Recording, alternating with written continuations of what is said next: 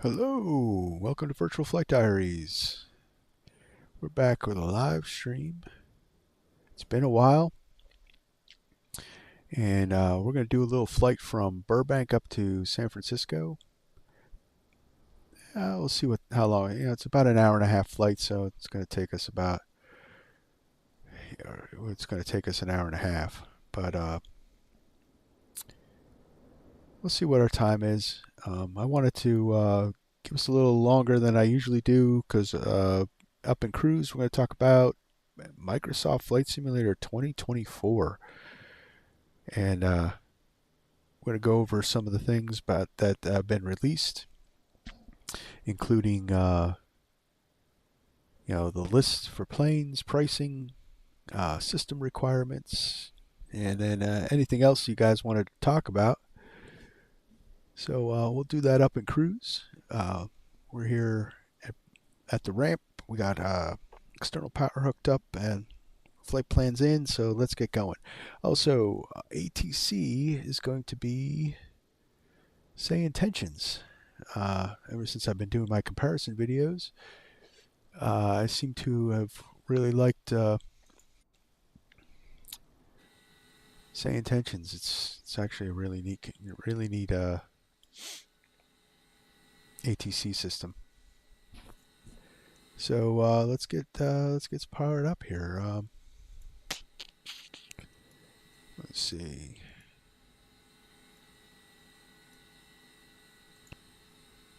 Our flight plan is in.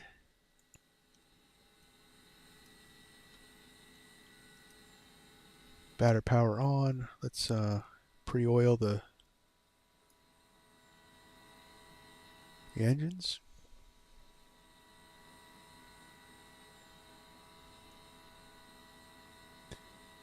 Got our lovely co-pilot Amanda, who will probably be handling the radios and cruise through say intentions.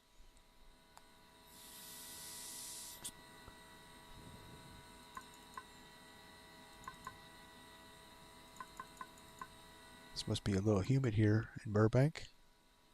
Got our gauges are all sticking. All right, so let's get the left side.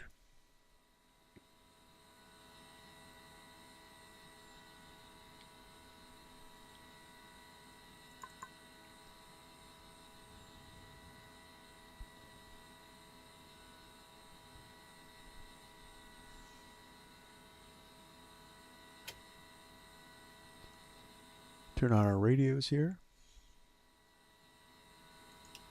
Burbank clearance, good afternoon. Sky 531 Zulu Echo, radio check.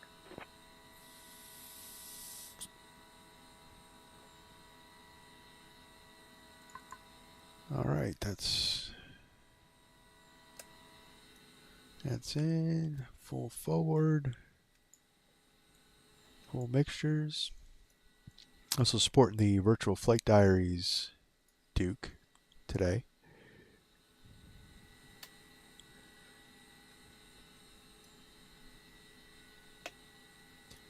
Begin like a come on.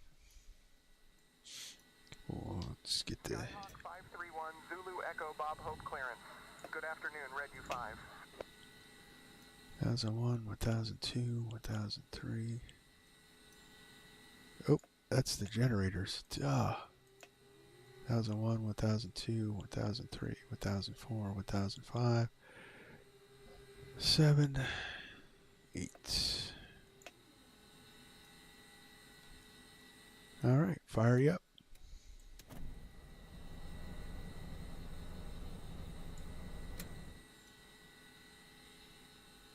Roger.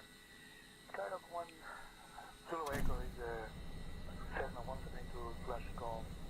Like to request VFR flight following to San Luis Obispo, Kilo Sierra Bravo Papa at 8,500. Boy, it's been a while. Kind of lost my flow here. Papa Hall, clearance. Good morning. Tango 1 at here. Japan. With the information from flight. Request VFR clearance to Fullerton. Bring it up to 1,000. 180 Sierra Papa Bob Hope clearance. Hope clearance. All right, so let's see. Transponder can come on. Put that on standby. Let's get the generators fired up. Inverter can come on. We'll lean out our mixture for ground operations. Make sure we disconnect external power. Thought it did it automatically.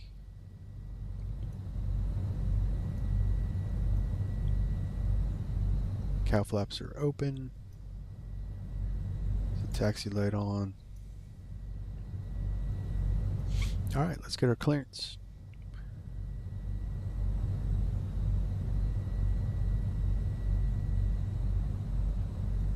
Bob Hope clearance, Duke 676 Juliet Golf. Request IFR to San Francisco. Sim brief responded, error. No flight plan on file for the specified user. Bob Hope.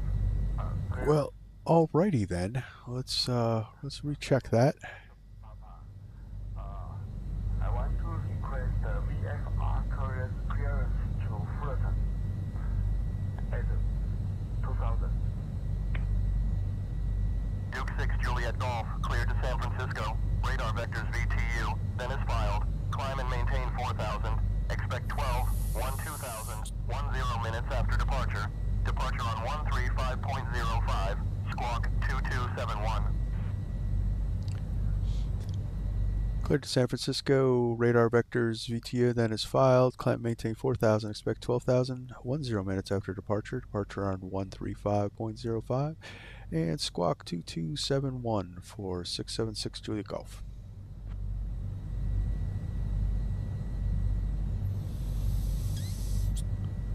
Duke 6 Juliet Golf, read back correct. Contact ground on 123.9er.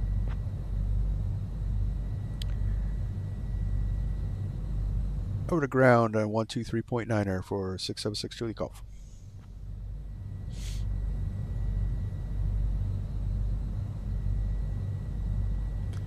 Okay, so we have our clearance. Climb to 4,000. Oh, I never got the ATIS. Let's check that out.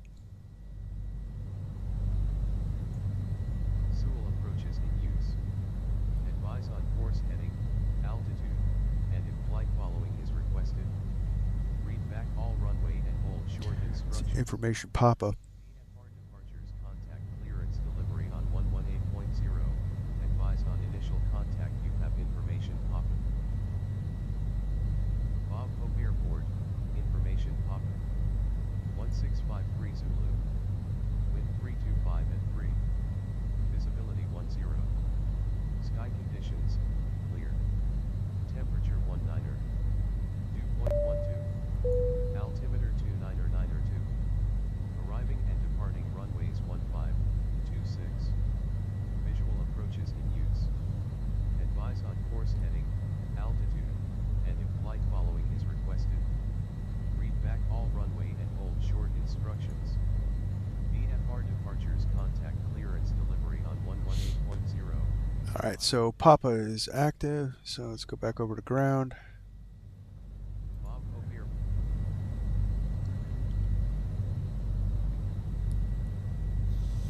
Bob Hope ground, Spirit Wing 1177. Alright, so 15, request permission to taxi to parking.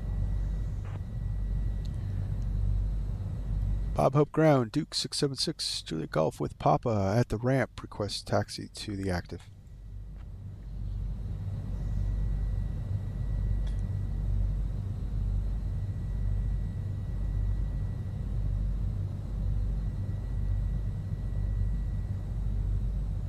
Duke 6 Juliet Golf, taxi to runway 8 via Bravo Delta. Contact tower on 118.7 when ready for departure.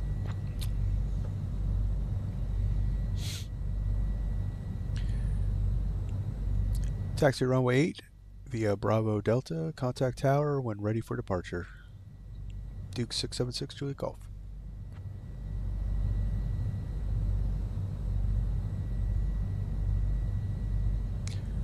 All right, so let's get going. Parking brakes released. Cross runway 26, then Delta 1 Delta, cross runway 33, then Bravo. Contact tower on 118.7 when ready for departure. Taxi runway 15, cross runway 26, then Delta 1 Delta, cross runway 33, then Bravo. Tower on 118.7, gate 589.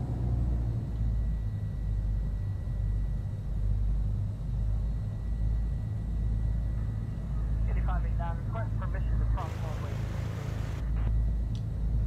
Yeti 589er, cross runway 33, approved. Continue taxi to runway 15 via Bravo. Contact tower on 118.7 when ready for departure.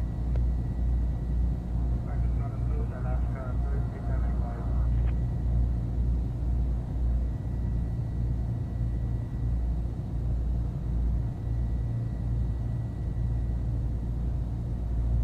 Just swing her around here. Let me get my airport taxi chart up.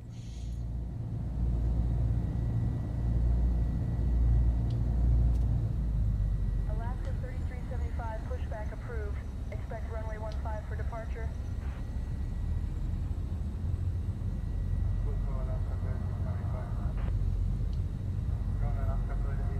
Request taxi runway 15. All right. Bravo ground, flight 4296 Tango, request taxi to the air.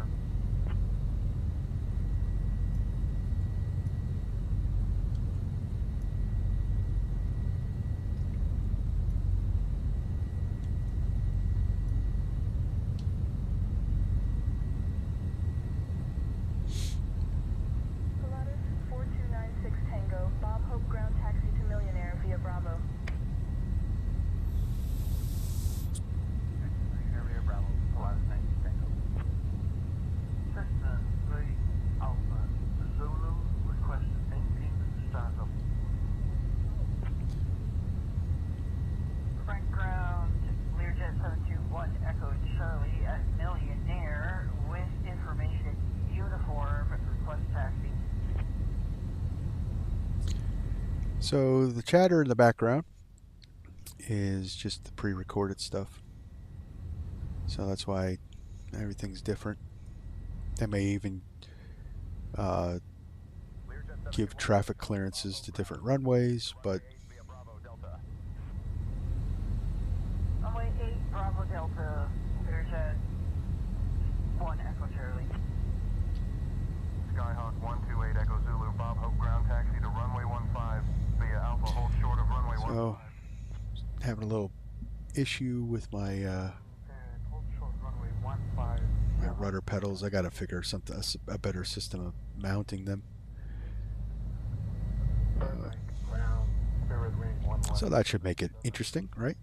With information X-ray, request IFR departure to Las Vegas. Alaska 3375, request pushback and start.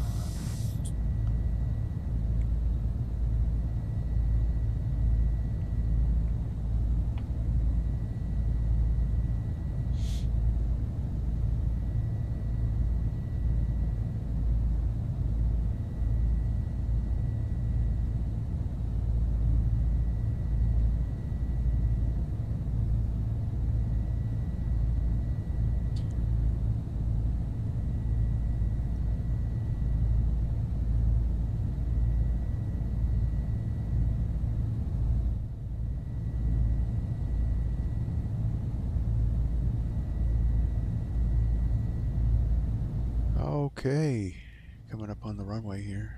We got a little bit of a fast taxi going here. That's right. Alaska 3375, Bob Hope ground pushback and start approved.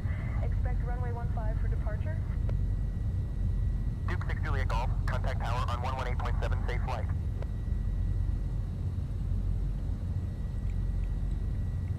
Over to tower 118.7 for 6 Juliet Golf.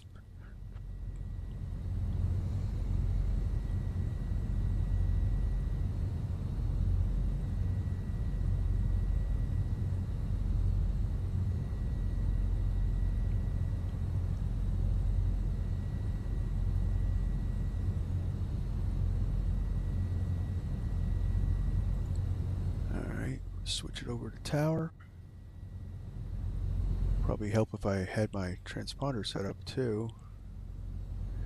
So what did they say? Squawk 2271. Tower altitude restrictions canceled. Clear for transition, altitude restriction, all reports clear, Cessna 7 Juliet Mike. I'll turn that on too.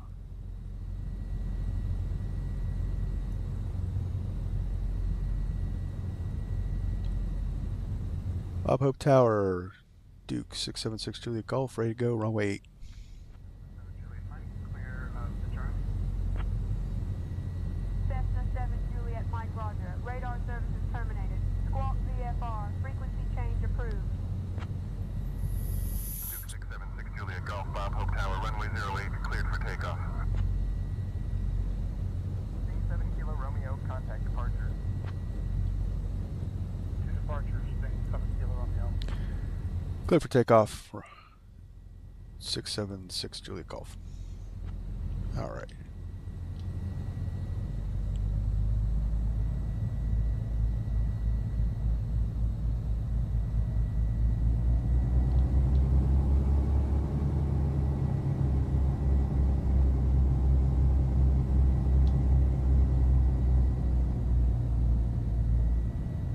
Baron 359, welcome to Bob Hope. Contact ground on 123.9er. Going to ground on 123.9 or Baron 359. I'll just do a roll and takeoff here.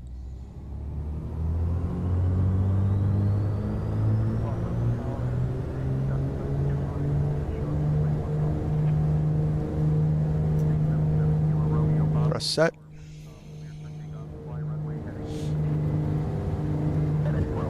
Contact departure. Here's V, rotate.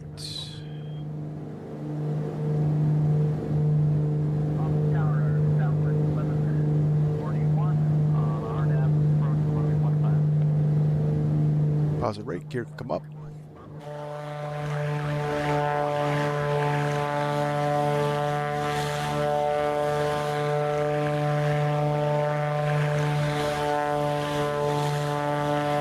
A little breezy out here. Alright. Getting some hit off that mountain over there.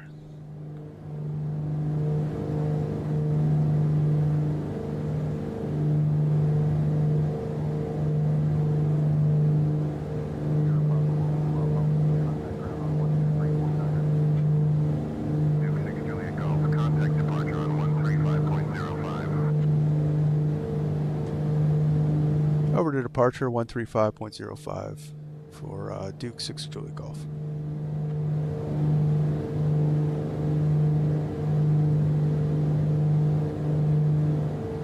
Burbank Tower, there's that 1 Echo Charlie, final runway 8. Alright. Probably should have had some lights on, right?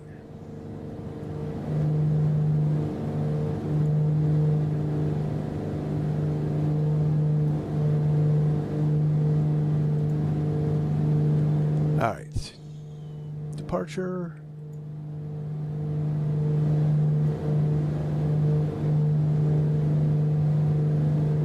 SoCal departure. Duke 676 Juliet Golf. Leaving 2800, climbing 4000.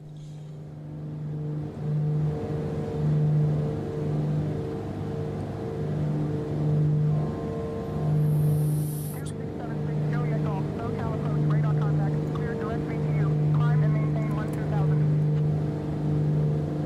SoCal approach, 5965, Alpha Whiskey 3500. Direct VTU, climb and maintain 12000.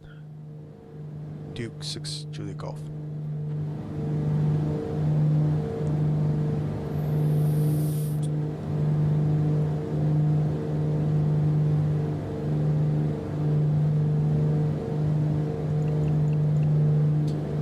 6 Juliet Golf, contact Los Angeles Center on 132.85. Over to Los Angeles Center 132.85 for 6 Juliet Golf. Alright.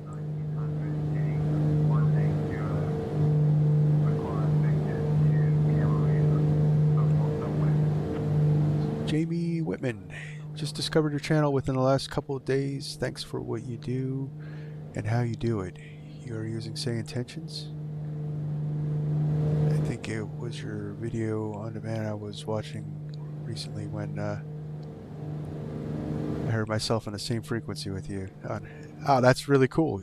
And yeah, thank you very much for the kind words. I'm glad you like the channel. Yeah, I'm using Say Intentions. Really liking it. I was a Beyond ATC guy, but the more I've been using this Say Intentions, it's really intuitive. I like it.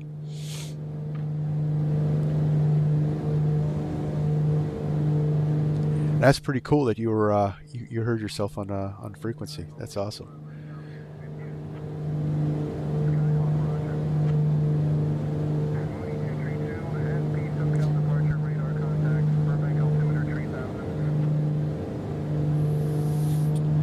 Yeah, I mean, just recently, I still use VATSIM, but I really, when I just wanted to relax and fly around, I got to the Say Intentions.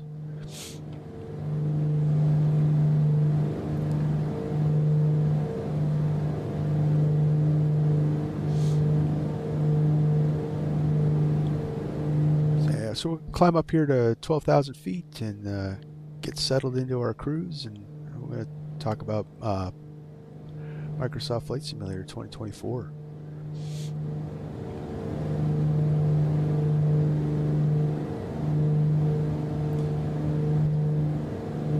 So Jamie said, so in that way, it's really is like VATSIM when you can hear other live aviators as well as the canned stuff. Yeah, I was saying that. I said that in the comments, I think, to somebody the other day, that it really does have more of a VATSIM feel.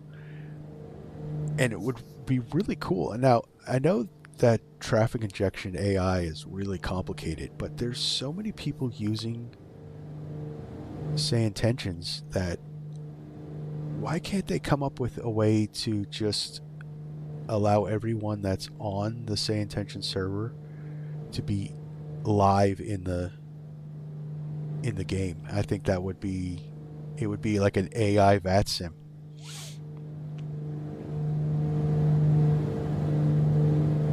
I mean, I'm not a programmer, so maybe that's not a thing that can be done, but that would be cool, and it would solve a lot of stuff.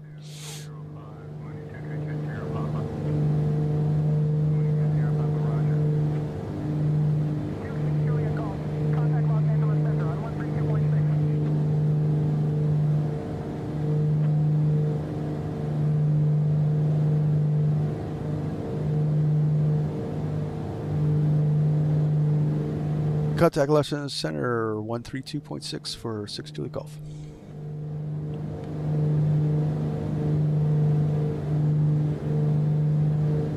Los Angeles Center, Duke 676 Juliet Golf, leaving 8,500 for 12,000.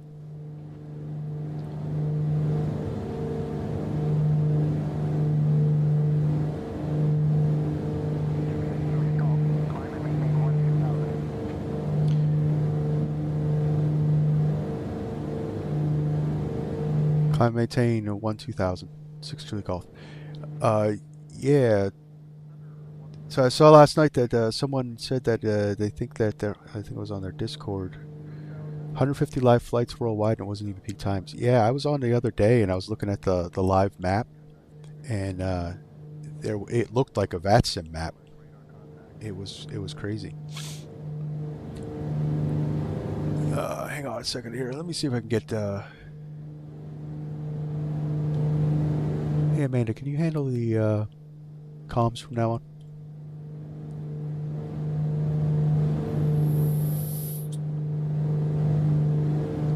Sure thing, Captain. I'll take over the comms from now on. Love that feature.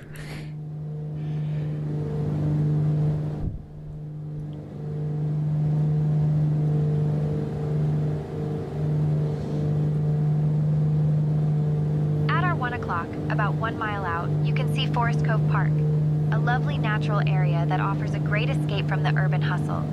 This park is a fantastic spot for families and nature lovers Oh, I have the tour on too. Picnic areas, plenty of green space to enjoy.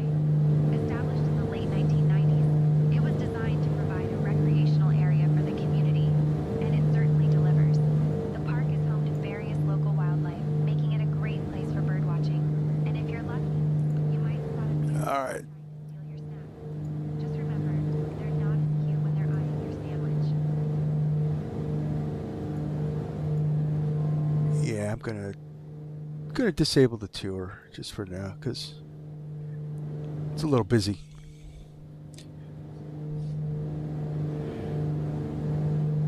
Jamie, I'm gonna have to contact their DC to get some help sorting out all that stuff.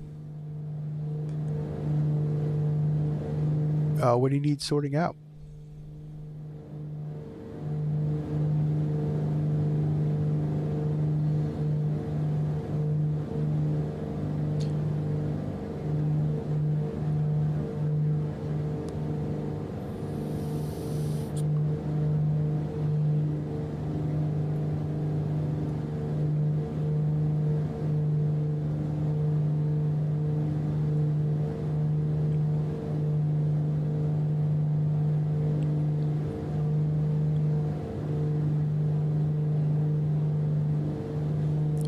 Climbing a wall. That was a little weird, but it's okay.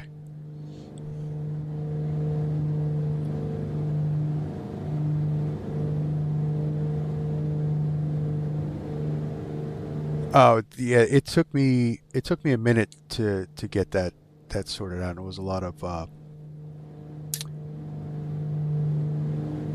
trial and error.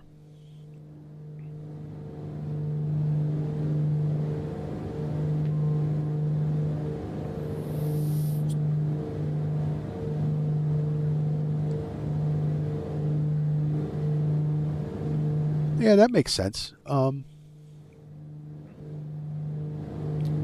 are the things I got? Hopefully, I wonder if that can be seen. Yeah, okay, cool.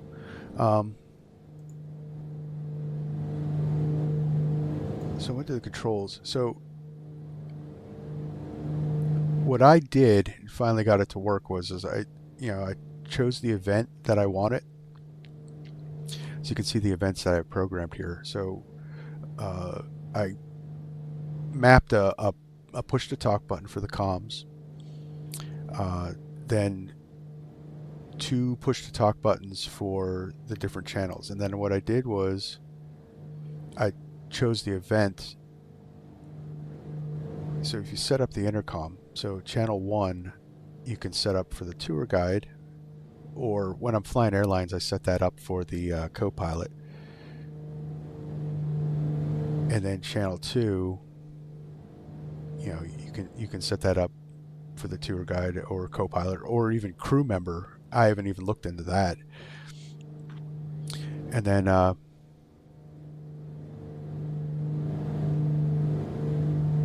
so we just go back to controls here. So you set one button up for the comms, one button up for the intercom channel 1, and one button for intercom channel 2. And then I set a couple. These really are necessary if they get stuck. Yeah, they're going to need more channels. Yeah. So you choose the event, right here. You can also set it up that you can set up a button to keep it on top, or let it, you can switch it to the bottom. I haven't even looked into that. These I haven't gotten really to work, so I've just been leaving the intercoms on and just disabling them via this menu. And then you choose your device and then pick the button map, and that's it. That's how it works. Like I said, it still took me trial and error to get it to all mesh together. So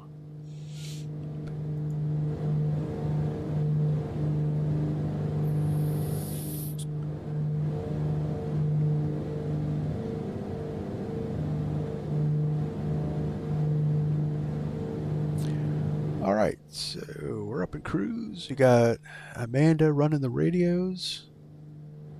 So we talk about, let's get some heat on in here. We're not wearing jackets. Let's talk about Microsoft Flight Simulator 2024. A bunch of guys, turn that down, that's really loud in my ear.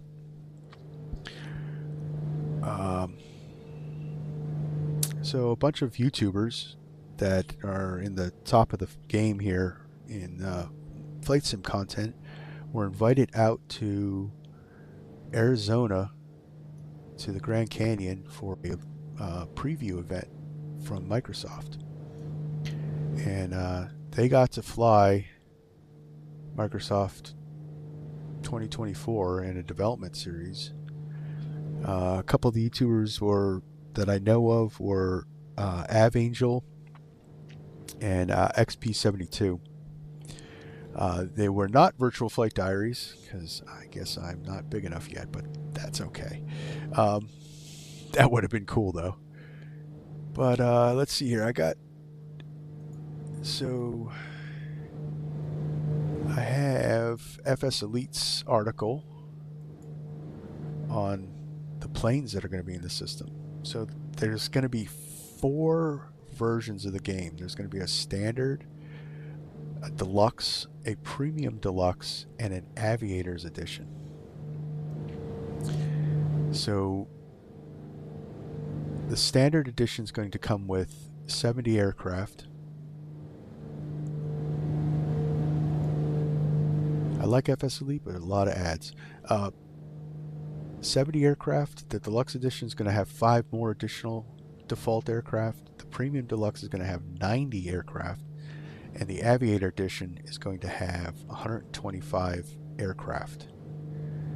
I do know, as of right now, on the Microsoft Marketplace or whatever, not Marketplace, the Xbox Game Pass Marketplace, you can pre-order this. And Steam version's coming out September 26th for pre-order. So there's going to be the standard version. We're going to get the Aero Fahody. I guess that's the L39 Albatross. I guess that might be the designer. The Optica, some of the stuff's already in Microsoft 2020. We're getting an air tractor because we're going to talk about that in a second. There's career modes, and you'll actually be able to start a fertilizing company. They created, and the career mode actually looks pretty interesting. They created 3 million missions. So it's going to take some time to go through all them. The Airbus A310, probably by any builds. The A320neo, which is, I wonder if any builds is going to be doing that one. They're adding a 321 LR, which is actually pretty cool. 2 versions of the A330, well, 4 versions. So the A330 200, 300, and the 300 PFT freighter. The Beluga XL for the A330. That's this thing right here. That's going to be fun to fly.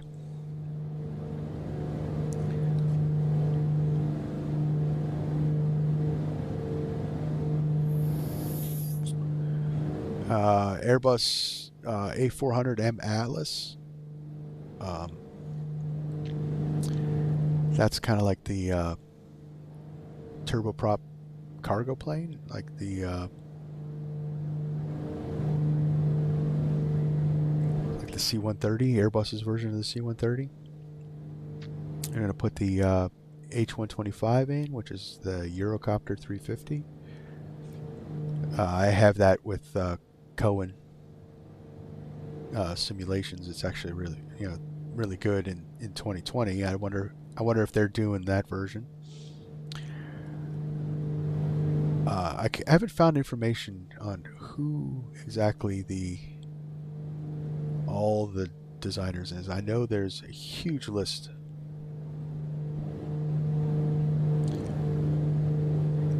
Bell 407, King Air, Bonanza. These are all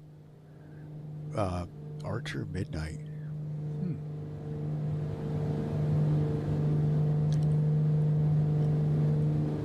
Hawk Arrow. We've got the 152, the 172. This is all the standard version. So, Cirrus. I know Flight Effects is doing the Cirrus. We got the Cubs. They're from 2020. The Jenny. These guys are gliders. We've got the TBM coming in. The CL415. Also, to note this, the de Havilland CL414. If you pre-order the flight simulator, you get this version for 2020, which is pretty cool. Beaver, Twin Otter. I think Aerosoft is doing the Twin Otter. The Diamond Aircraft, they're all in the system. You got DC-3, probably the Aeroplane Heaven version. Draco X. I am not sure what the Draco X is.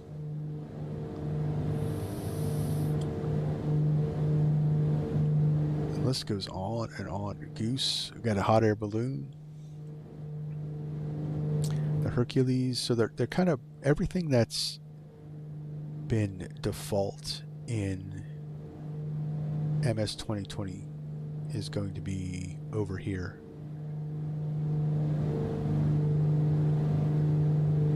It's going to be ported over to 2024 with some additions.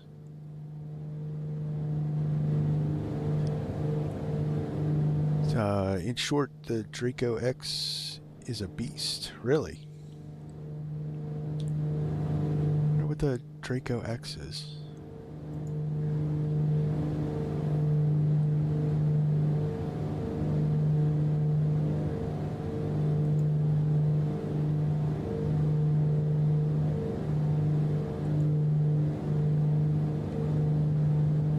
Oh, I know. Okay. So that's the Wilga. Was the turbopop Wilga. Ah, okay. Is that guy that he did a bunch of YouTube videos that he converted the Wilga over to this turboprop that was just insane, that it could fly the wings off of it. Ah, that's pretty cool.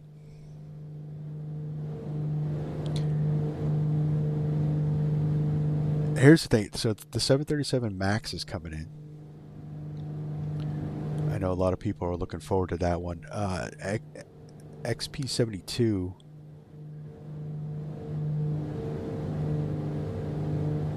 So yes, he wrecked the original. Yeah, I saw that video. It was like $1 million job to convert this Wilco and or Wilga, and yeah, he ended up crashing it.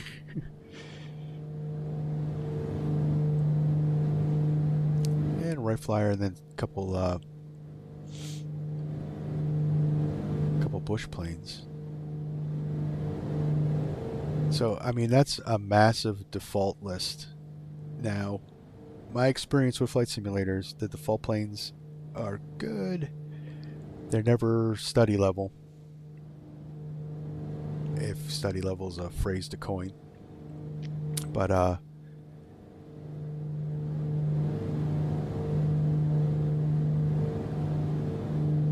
you know, let's see. So the deluxe edition. So you're going to get everything you get in the standard, and then plus these versions. Another ag. Oh wow, we're getting the 404. That's pretty cool.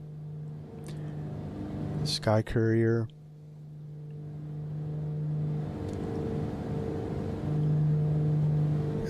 Oh wow. Okay, Albatross G111. That's a beast of a seaplane.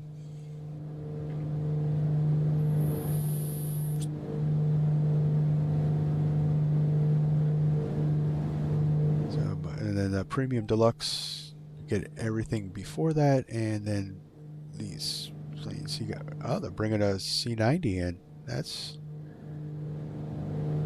in the H225. So that's a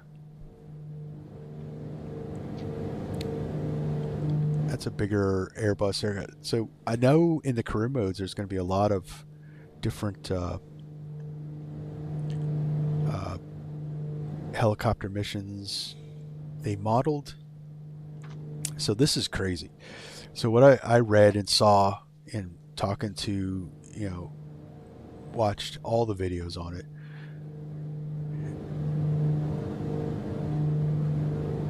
So let me just check on my plane for a second. Probably best to minimize that. So, all right, we're good.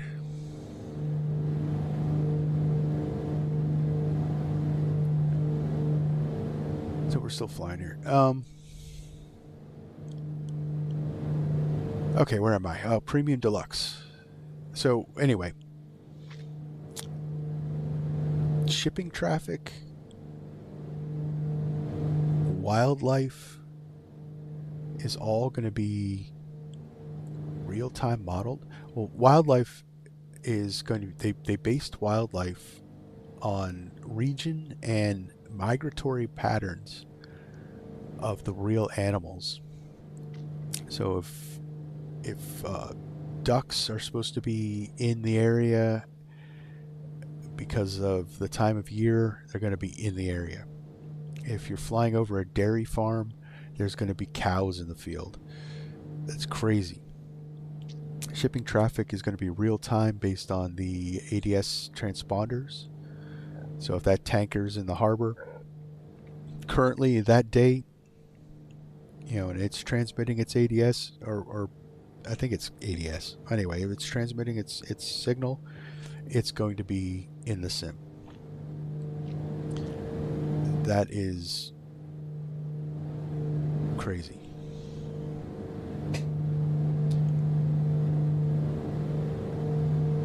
Is it the PC-24? I really hope that they're not just slapped together, because these are a lot of planes. I think that's why they marketed them out to a bunch of different developers, so that they didn't have to, so Asobo didn't have to design all these planes. They could just mitigate the work.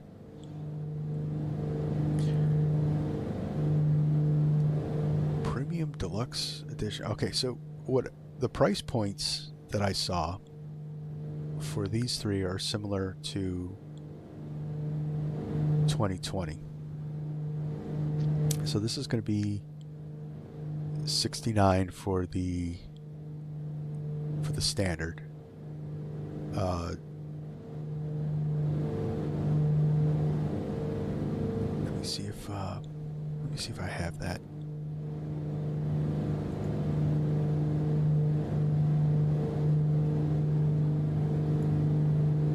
If I had the price points.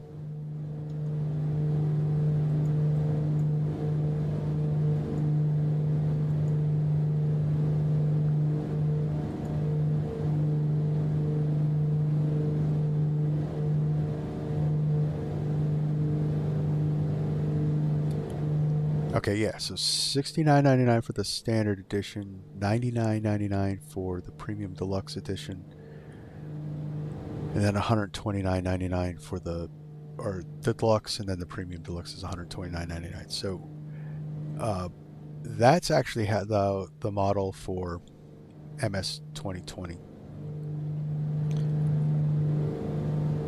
and then $200 for these Aviators edition, and then they have a hard copy collector's edition for $259. I won't be getting that, but I probably will be shelling out for the Aviators edition. All right, so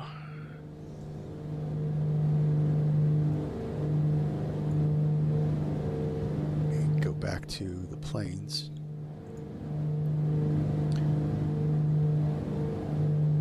So for $129.99, you're getting a crazy amount of planes.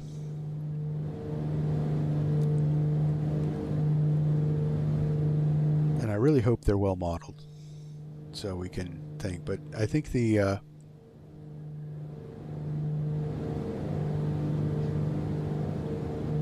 James says the laughing on the 3 planes I mainly fly are all in the Aviators edition too. So yeah, unfortunately I'm going to be shelling out that $200 as well.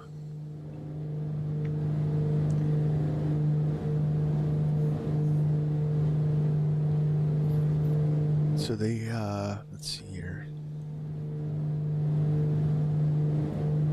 Can I get rid of that? Thank you.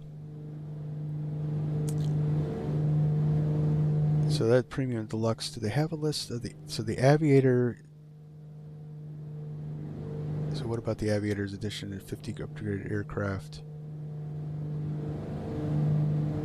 30 payware releases from... No, so they don't have the list?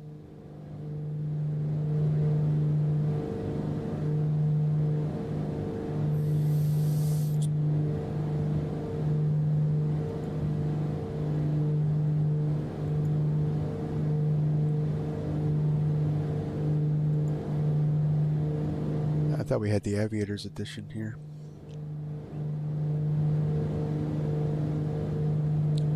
Anyway, we're getting a crazy amount of planes.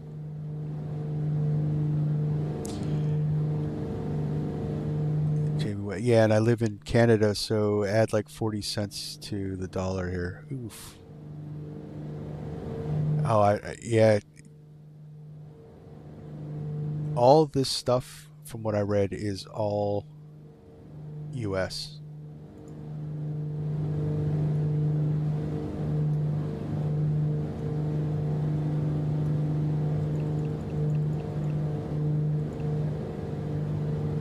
It's all US planes, or US pricing. So this is what I wanted to look at, is what the requirements are going to be. So my current system, so you're definitely going to need a DX12 capable. Oh, okay.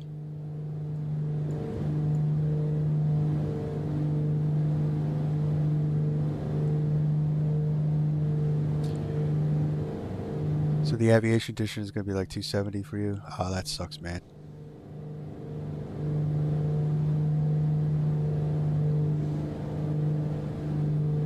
I feel bad for the guys in Australia too. I know that the Australian dollar is really marked up.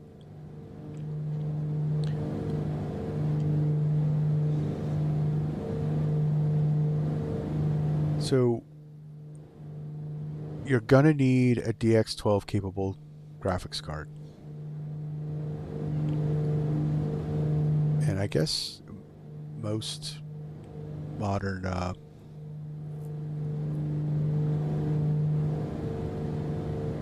since it's always been similar to the Canadian dollar. Yeah, there's a guy that I talked to that lives in Australia, and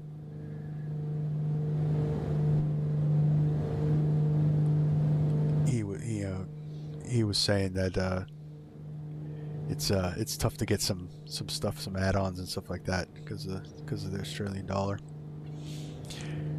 So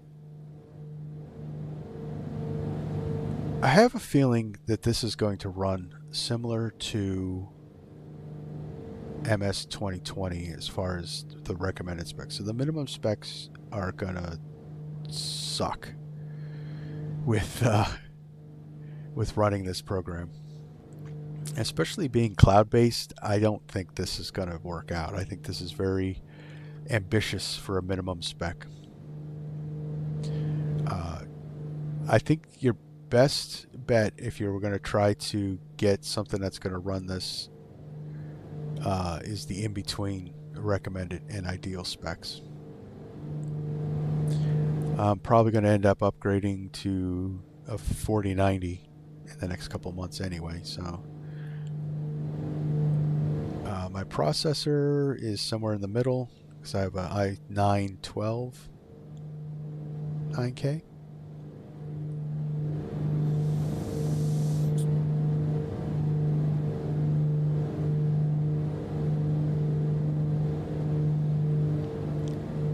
Yeah, so I mean my current system setup is somewhere in the middle. Some high, some recommended. And with Microsoft 2020 or Microsoft Flight Simulator 2020, my setup I get fairly smooth. I run high ultra.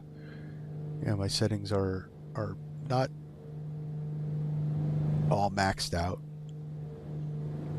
I do have VSync on because it's better for streaming. So I'm locked in at 30 frames per second. I think with a frame gen kind of thing going on, we'd be looking at like closer to 100 frames per second. But frame gen is not very happy with live streams, so that's my RAM and my bandwidth. Because I'm a content creator, I have 2 gig service, so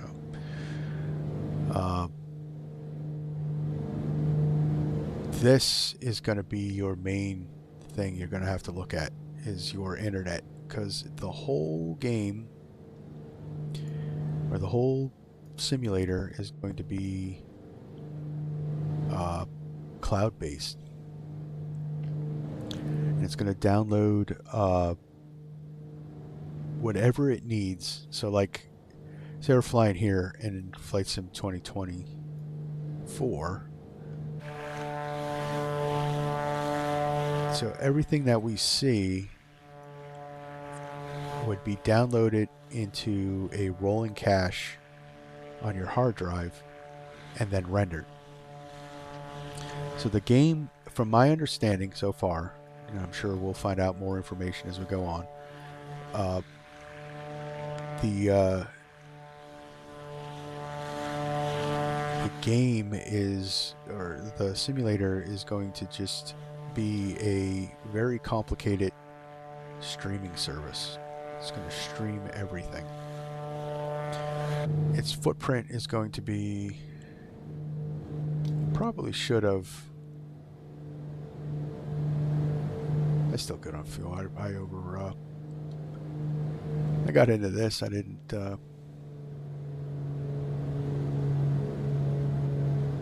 running my engine pretty hard.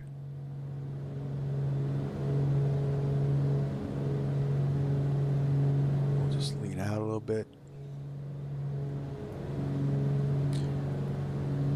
Not being a pilot, didn't manage the plane very well.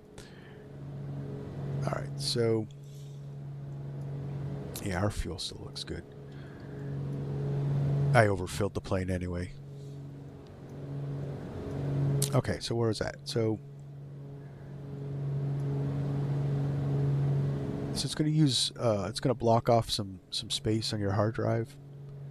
The footprint for the program is only 50 gigs. And they claim that, I guess, minus third-party add-ons, you're not going to need anything else. Everything you buy in the marketplace, every new plane, every scenery that you buy and download in the marketplace is going to be in the cloud, and it's going to be rendered through cloud streaming. So as far as graphics cards and everything else, that can all be mitigated through settings, medium, low, the biggest thing that I think everyone needs to look for is your upload download speeds for your internet service. Because I think a slow internet connection is going to cause you more problems than a slower video card.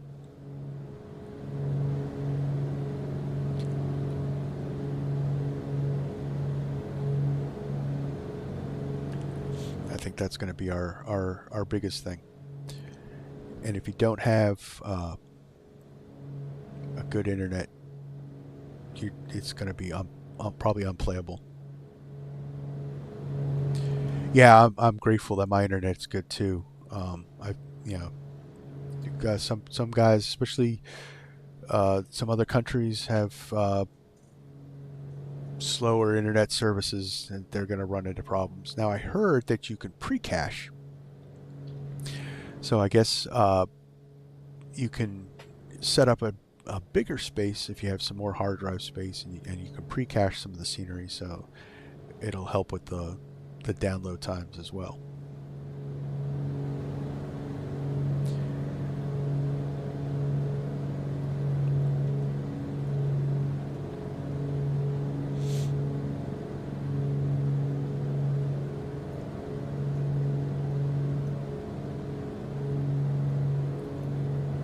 Probably should. So let's see. San Francisco, I'm expecting 2.8 rights.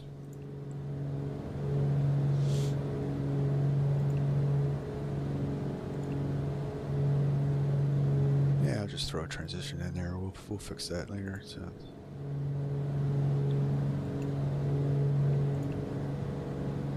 That way it should give me, yep, time for top of descent. We'll see. We might divert. I don't know. So the time is 3 o'clock. Yeah. So, yeah. Where was I? Yeah, internet. But, yeah, because everything else, graphics cards, as long as you have a DX12 capable graphics card, I really have, it's my opinion, everything else can be mitigated. I mean, you might not get the sim looking as beautiful as it can, depending on your graphics card and CPU processor, but that can all be mitigated. You can't fix this cloud streaming service unless your internet's good. So I watched a video from XP72, and he was flying the 737 MAX, and one of the biggest things that Microsoft Flight Simulator 2020 has is that they just can't get the flight models dialed in right. Everything's kind of twitchy, you almost have to kind of like relearn how to fly to fly in the simulator. And he was flying the 737 MAX. He hand flew a circuit pretty much, and he was saying that his experience with flying the 737 in the simulator in 2024 is that there was none of that jerkiness, that pitchiness that 2020 has. It's all been fixed. They reworked the flight models from the ground up. He said everybody that I watched or read about or that's described this simulator, that it is just and they were flying a development version of it, so pretty much a beta version. They said there was some bugs, but like I said, they were in the development version, but it was absolutely amazing. So James, I recently went up to a Ryzen 9 7950X and a RTX 4060 with 2 terabyte MB for the sim. Keeping my fingers crossed, but hopefully it'll be good. I get the very least decent FPS. Yeah, I think any 4th gen graphics card is going to is going to be good for it. The 5th gens are coming out, so those 4th gens are going to drop in price. That's why I'm kind of holding off on getting the 4090. But as far as AMD chips, I don't know if the Ryzen 9 is good. I'm taking that's a good one. Because I don't know much about it. I've been an Intel guy forever. Like I'm running a i9 12900X or K series.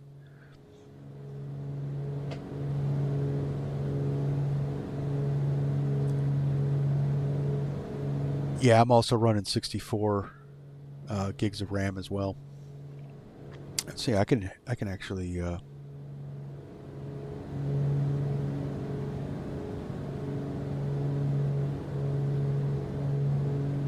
know, tell me to go.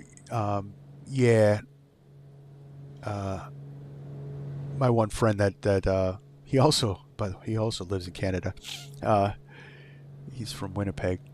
He does AMD builds.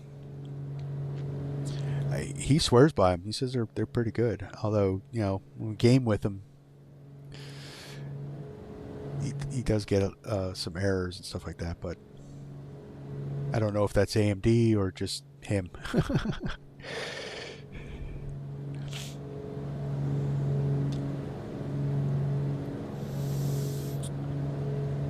Because I mean, technically, his system is like half the price of mine, or maybe three, you know, a little more than quarter the price. And according to his specs, he's actually a little more powerful than I am. So, than my system.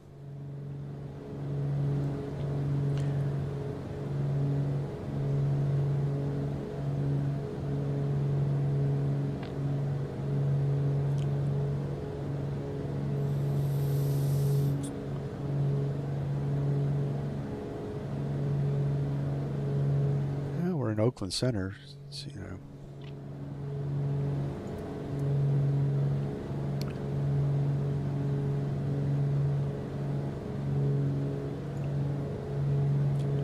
Let's see what we got here.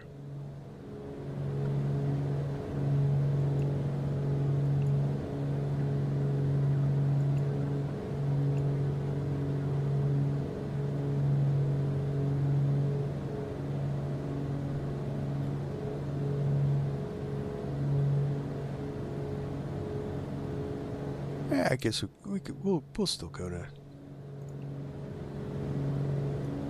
San Francisco. That's fine. I got time. I got nowhere to be.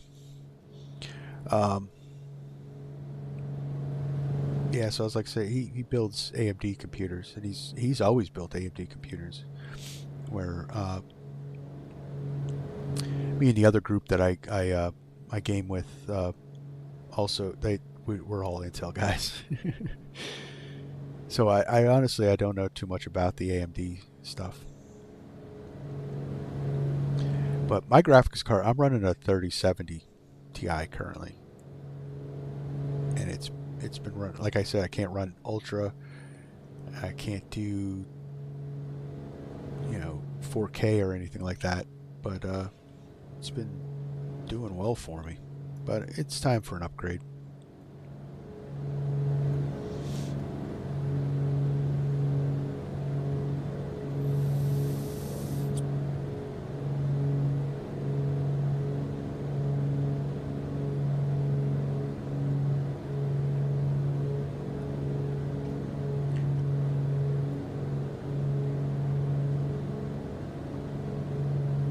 So yeah, September 26th for Steam pre-release, and it's available for pre-purchase on Microsoft. And you also get the Canadair CL415 for 2020 if you pre-order. I use Steam, so I gotta wait. But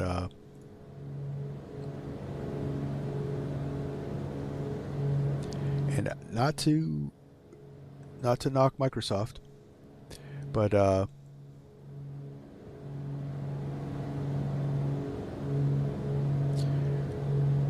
lot of times the Microsoft guys who purchased their stuff through Game Pass were all like, "Oh, I can't get in on the sim," and me being Steam, I was still able to fly Flight Simulator. So I don't know. That's why I'm going to stick with Steam. Jay says, Lefa, hopefully they still have copies of the Aviators edition available on Steam next week. They should. They should. I don't see why they wouldn't.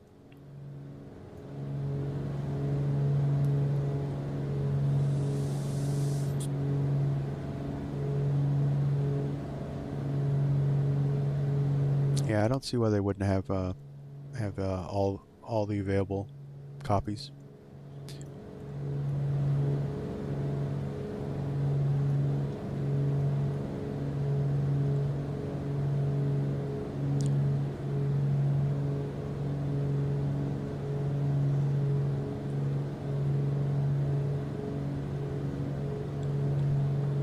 Hey, if everybody's watching, if you can do me a favor, if you can hit that like button. Likes really help out the channel. So apparently they're only releasing like 5,000 of them. I didn't see that. Well, that's not cool.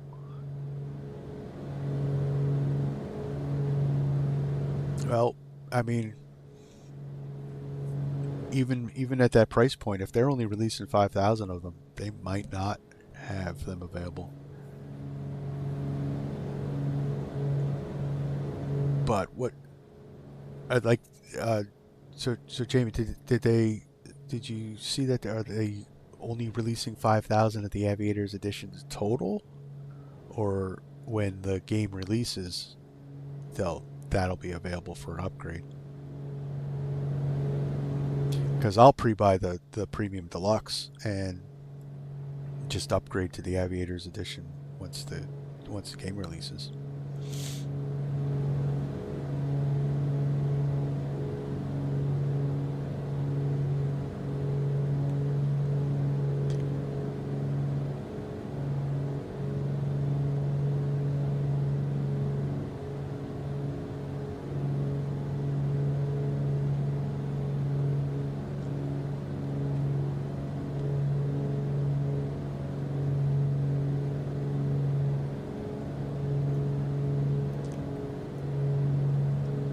I think, what are we on? We're on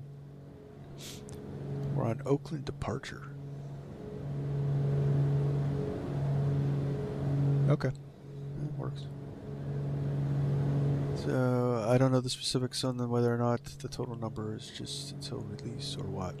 No, I'm gonna really have to look into that, because that'll be a bummer if they're only releasing a limited edition of those.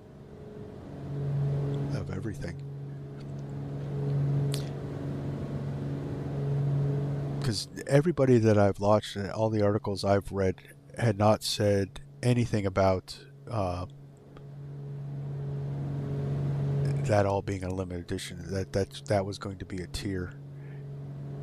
Maybe pre-release. I don't know. I'm gonna really check that out, because that would be.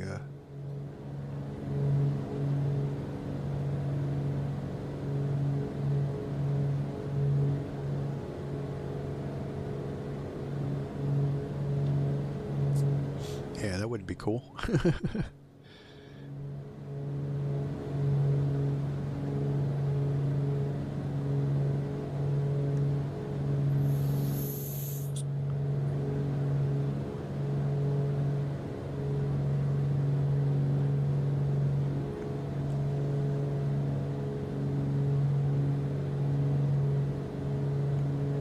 But if they don't, I'll definitely get the Premium Deluxe. I ended up, when I got 2020, I got the Premium Deluxe as well. It's because why not have all the planes?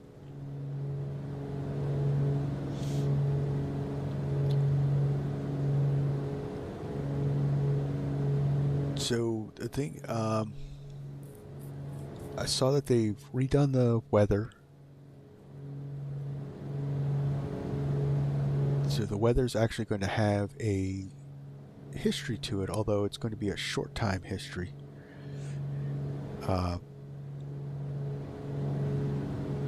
The interview with the one developer, he said that it's going to be just in the past 24 hours. But what would be cool is that, hey, I wanted to fly in that rainstorm or that snowstorm that was earlier this morning, so I could dial the weather back to earlier this morning and fly in that weather. His big thing, what he said was that if you work all day, you come home and you only like flying real time, real weather, you're always flying at night.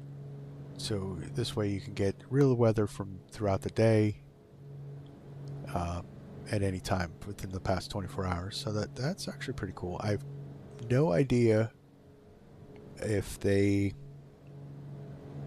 fixed all the problems with default ATC. I probably will not be using default ATC.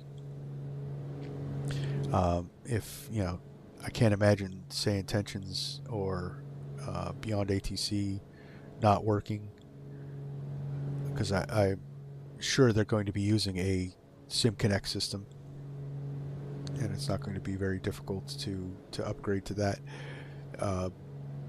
Also, VATSIM will probably be, their client will definitely be updated to it. So as far as ATC goes, I don't use default anyway.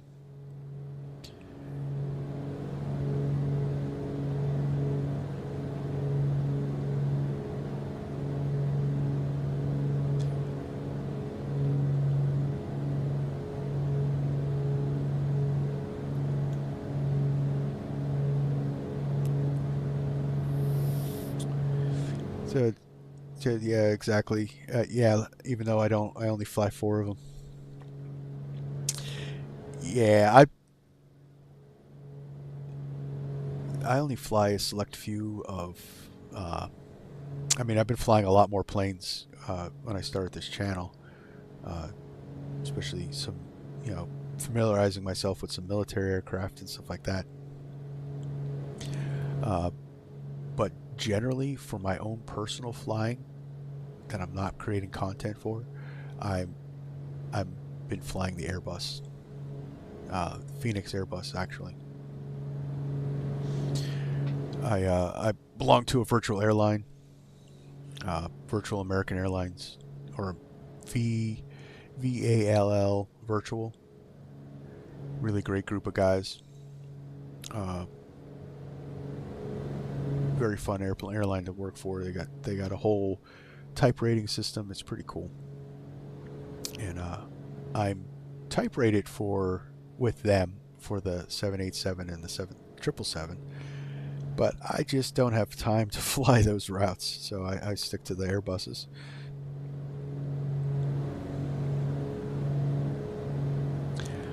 General aviation airplanes, I do fly for another virtual airline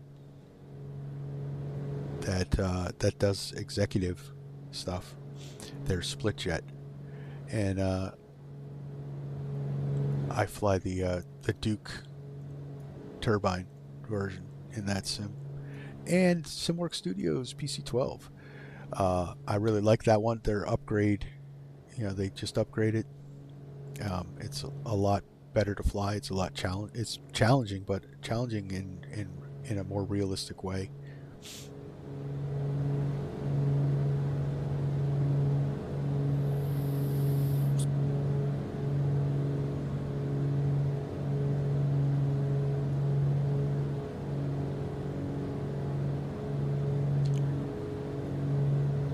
So I fly the PC-12 mostly with those guys, and then the whole Airbus family with the American Virtual.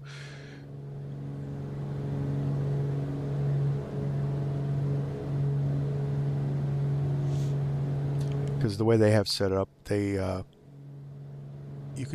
they give you monthly bids, and it's actually more realistic. So when you get type rated in the Airbus A320, you're actually type rated for the 319 and the 321 as well. So the bid system with virtual American Airlines is I might fly one leg at the A320 and then maybe two more legs at the A319, and then maybe I'll be going back to base in an A321, which is actually kind of realistic. Most airline pilots don't fly that same aircraft through their whole thing.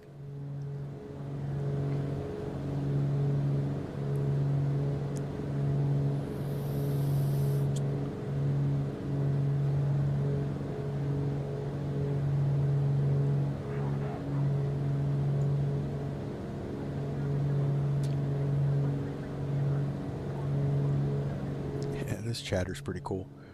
I like that they've added this, and that I think Say Intentions added this like from the beginning, that you could listen to pre-recorded stuff.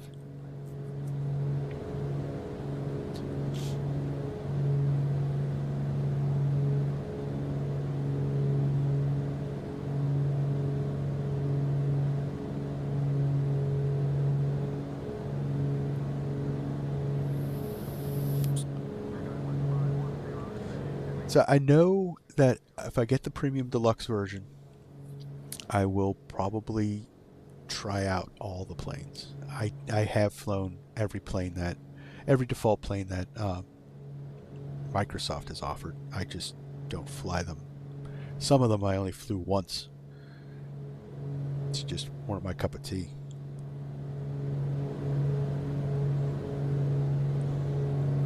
But I've put 5,000 hours in Microsoft Flight Simulator, so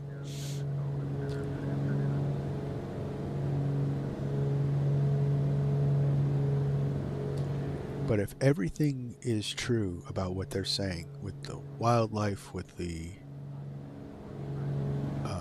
another thing is that the ground, the earth earth itself reacts to the plane, and the plane reacts to that. So like if you land on a sandbar, your tires are going to dig into the sand if it's soft sand, and the environment's going to be based on that. So watching Avangel's video, because she's a bush pilot in the sim, she demonstrated that it's going to be more, you're going to have to think about more of the, like if you're doing bush pilot ops, the type of terrain you're going to be landing on, and the type of tire you might actually need to land on that terrain. Because if you land on a soft beach with regular aircraft tires, you're going to crash. You're going to nose right over, because those thin tires are going to dig right into that sand, and it's just going to, you're going to flip. That's why Tundra tires are good for those environments.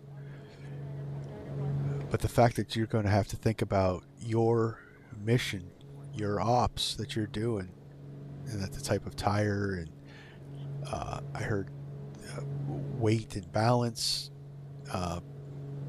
including carry weight. So when you winch,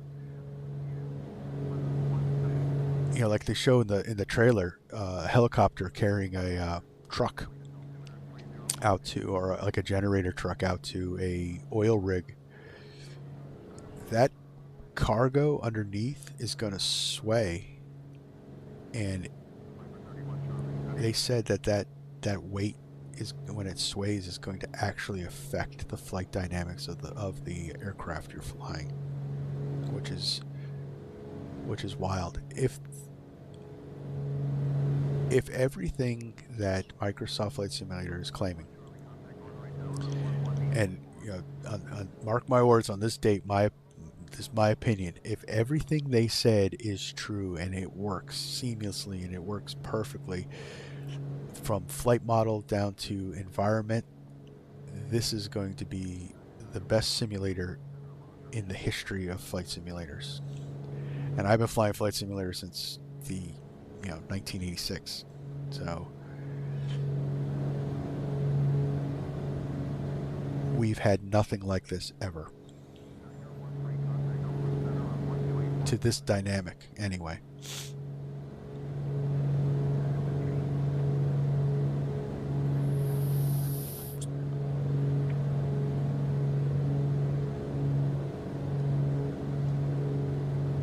Alright, I've been talking, let's see where I'm at.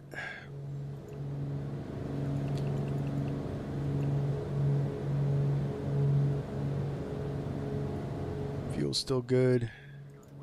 Probably should have done more pilot stuff. This really wasn't a Fly the Duke simulator or a live stream anyway. This was something else.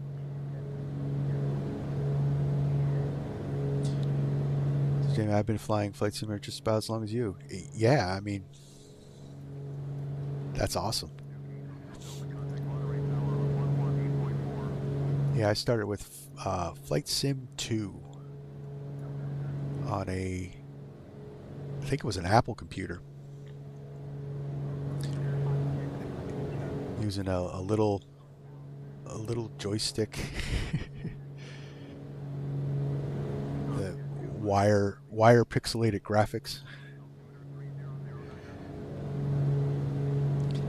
and took off from Meigs Field.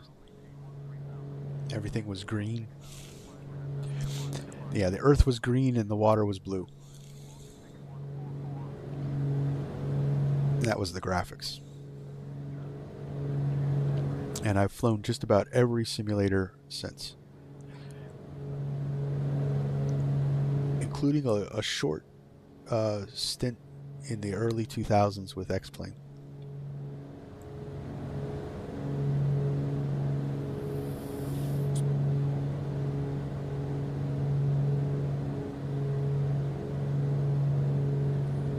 Say I even flew the original green screen one, possibly Commodore 64, if I recall correctly, but only flew that one once or twice.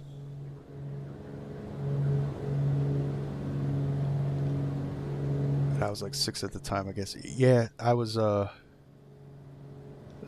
10 years old when I started with the flight sim hobby. Yeah.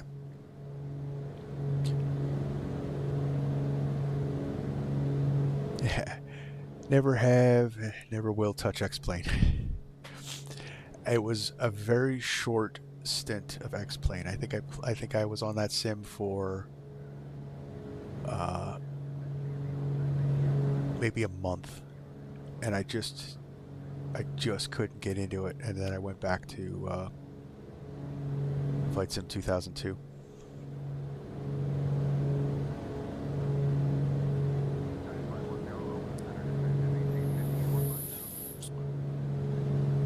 And there was another one that I flew in the 90s. I couldn't remember the name of it. But I just kept coming back to Microsoft.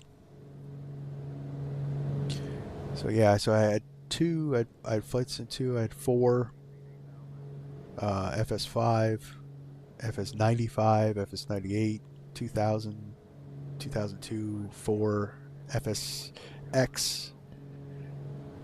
When FXS went under, I did P3D, and then 2020.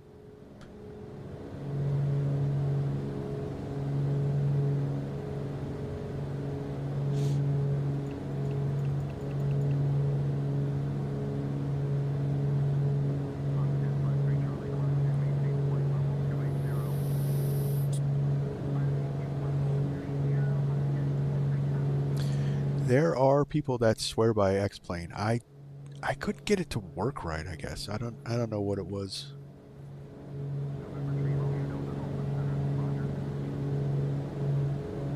And I look at X-Plane now and compare it to the graphics native to Microsoft Flight Simulator, and it just looks old. It just looks like that old graphics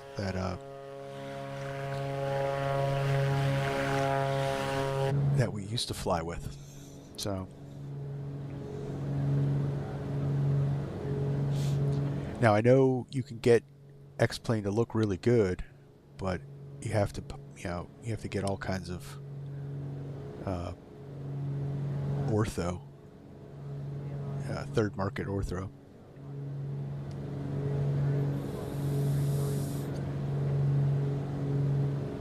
I will give it to X-Plane, and the X-Plane has always had the better flight models. I don't know how they got that. So much so that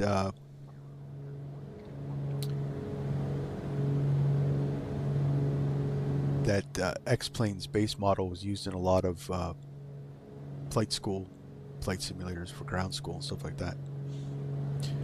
I'm a paraplegic in real life, so even when I fly real life planes, I can't do it fully properly because I have to have my friend or instructor run the pedals. Therefore, I don't really care about flight dynamics in the sim. Well, one, I'm sorry to hear about that. That you have to deal with that.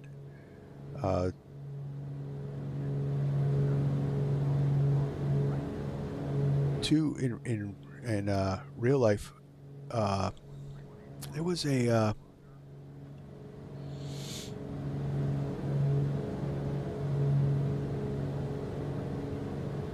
what was I saying? I was watching a video of I don't know if she was a paraplegic, but she actually got certified to fly solo using hand controls in a real plane. I don't know if that's something you can do or not. I don't know your situation, and I really do feel I really am sorry about that. I also have an illness that prevents me from flying real life. I couldn't pursue my career.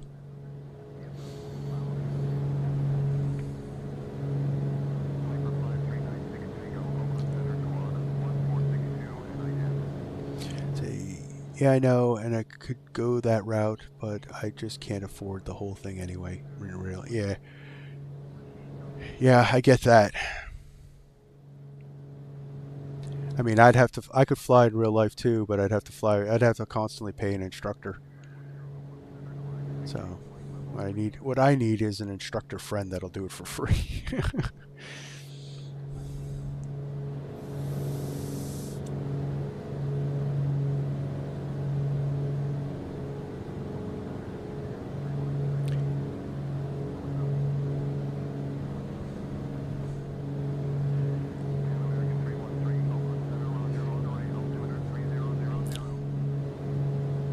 That's why, don't worry about the whole disability thing. It's a birth thing, so it's what I am and who I am. Okay.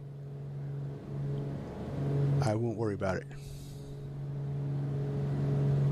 That's awesome though that you're so you're so good with that. But and you know what? And that's what makes flight sim worth it for guys that can't do it in real life. We can do it in a virtual world, and I think that's why I strive. I hate flying planes in the flight sim in the simulator that don't have that realism factor.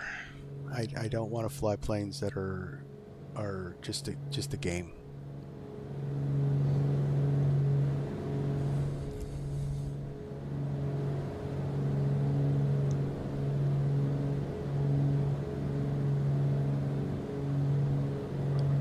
Well, that was cool that you had that ability that you didn't have to pay the instructor.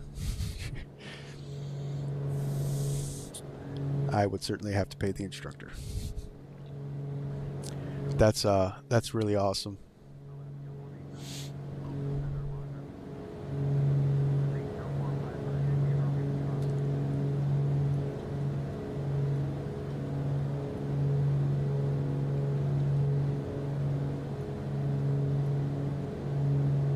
All right, so 15 minutes to the top of the descent. Let's start doing some pilot stuff, right?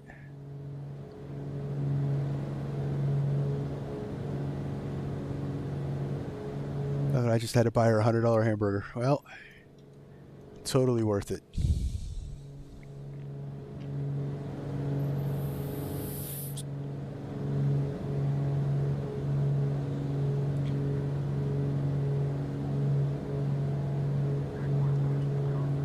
All right, so pilot stuff. So let's look at our.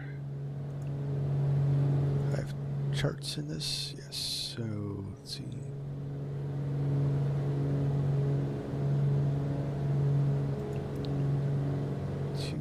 Right, so let's see,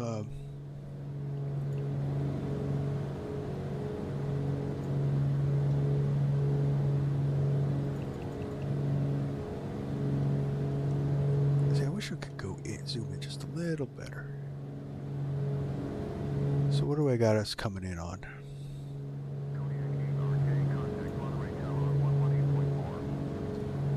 So I'm coming in from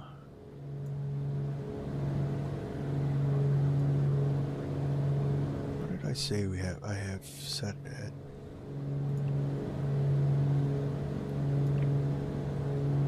from Archie. Actually, Archie actually might work.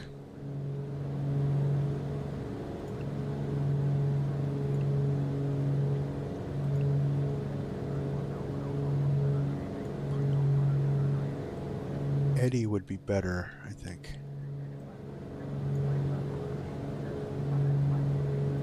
Get Eddie.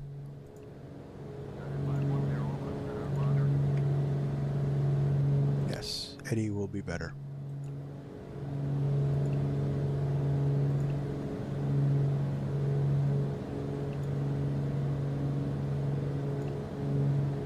I wanted to check the minimums. So we'll come in on Eddie and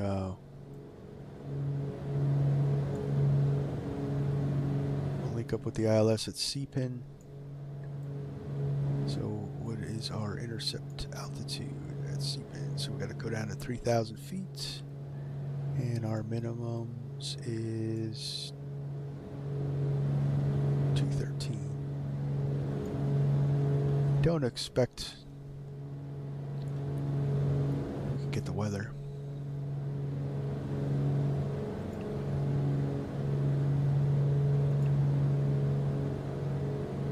Yeah, so 340 at 10, a few clouds at 1,000.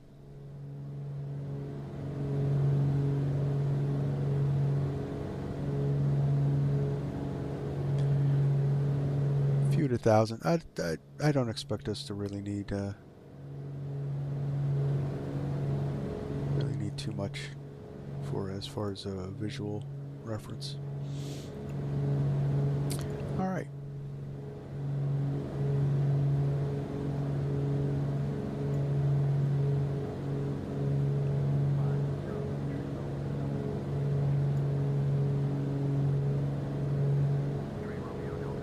So when we get to the top of descent, we'll activate the approach and go direct Eddie.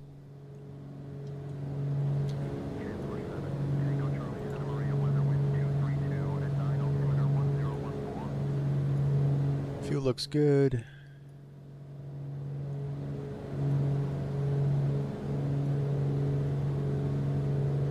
Everything looks good. What do you think, Amanda? Let's see what Amanda says. Can we brief the approach?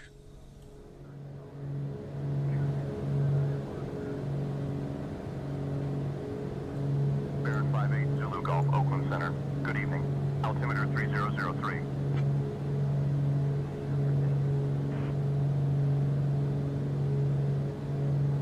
I don't think that took. Ah, my intercom shut off. Baron 8 Zulu Golf, climb and maintain 7,000. 7,000. Mission Jet 1 Alpha Golf, contact I think I upset Amanda.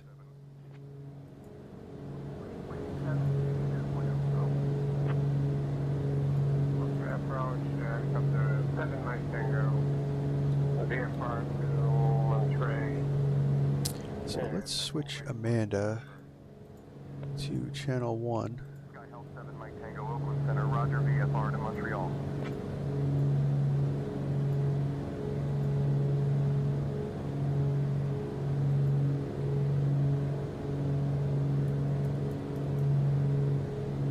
I must have hit something to accidentally shut off my intercom. Can you tell me the current visibility at Monterey Regional for helicopter 7 Mike Tango? November 347 Mike Tango, visibility at Monterey Regional and What currently is 10 miles. Altimeter Oh, okay. 3006. Skylane 527, Roger, expect runway 28 right.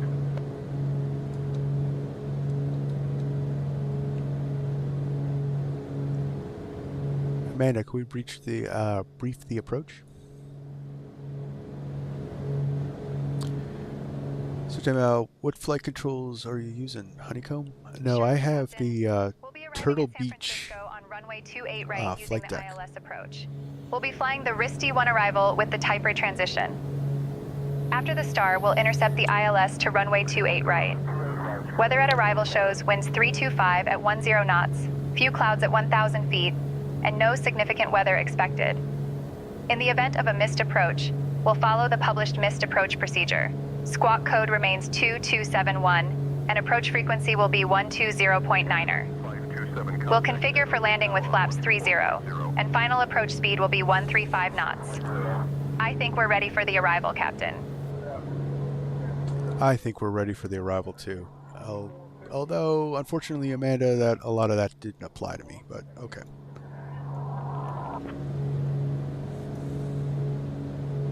That sounded more like Airbus stuff. Yeah, actually, it's actually pretty cool.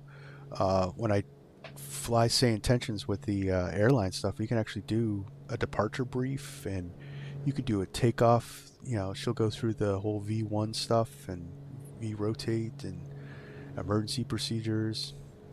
The only thing that the co-pilot can't do right now is checklists, but I imagine that's coming.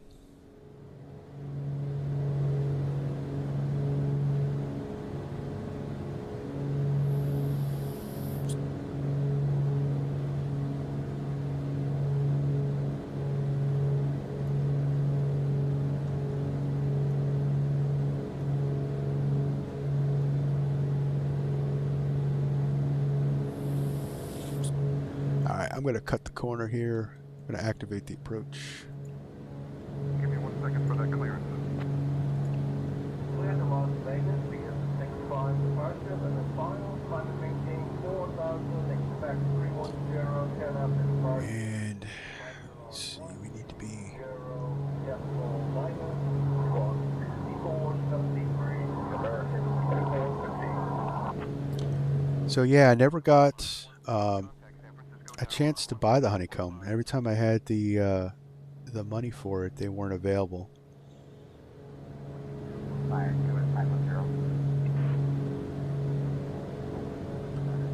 So we got to be 6,000 at Eddie. Yeah. So I just kind of screwed us. Oakland Center, Roger. Amanda, call Oakland Center and tell them that we're going to be descending.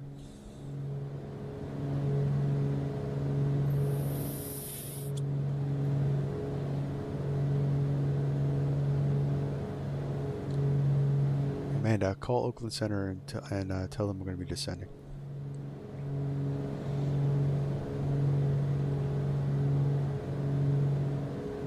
Captain, we're currently receiving radar services from Oakland Center, so we can't change our communication frequency or send messages without their permission. Let me know if there's anything else you need. Oakland Center, Duke 676, Juliet Golf, ready for a descent.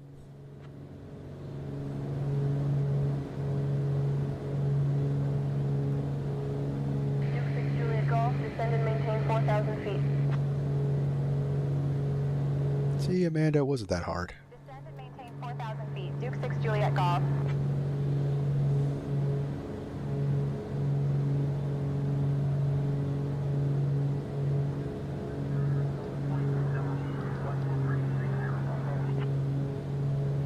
Delta 2217, Oakland Center, good evening.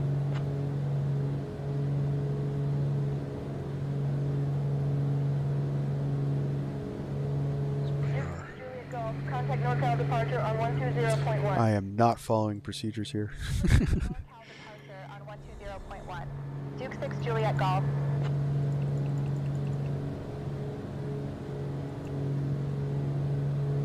Yeah, see, we're supposed to be at 6,000 there. We are not going to make our mandatory. Duke 6 Juliet Golf. Afternoon. Descending through 1,000 feet down to 4,000. Duke 676 Juliet Golf, NorCal departure. Good afternoon, Mountain View, altimeter 29.88. Roger, number 65, Foxtrot Tango. Just gonna dump the throttle and dive for the altitude.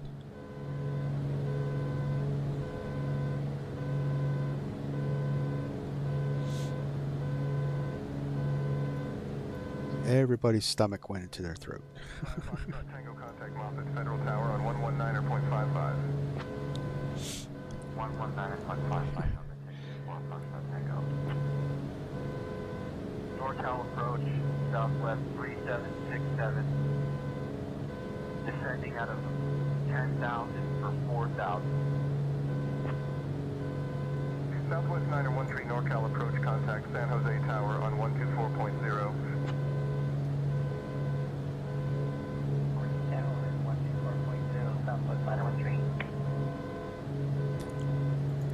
And that's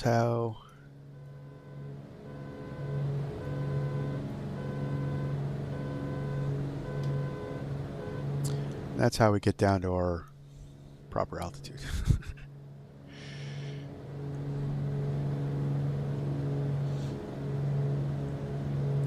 Let's see what the ILS frequency is.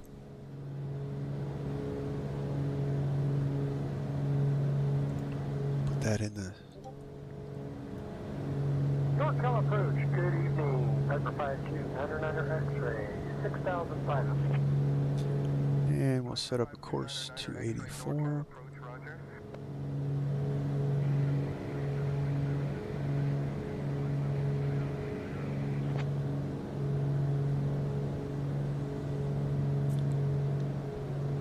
Good old dump and dive, chop and drop. Yep.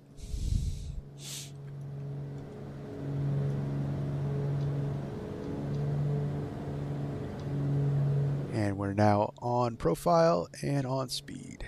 It's just everybody had a little roller coaster ride, that's all.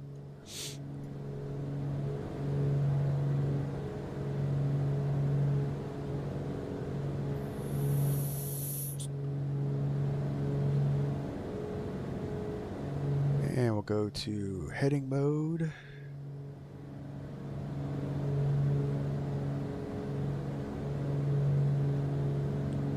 Where are you going?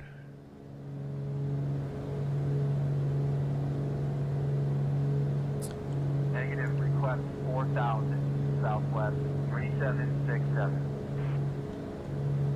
Duke 676 Juliet Golf, NorCal departure. Expect the ILS runway 28 right approach into San Francisco. Receive 1 arrival, 2-3 transition. Expect descent in 20 minutes. Advise if you want to descend sooner. Expecting ILS runway 28 right approach. Risty 1 arrival, T-free transition. Descent expected in 20 minutes. Duke 6 Juliet Golf.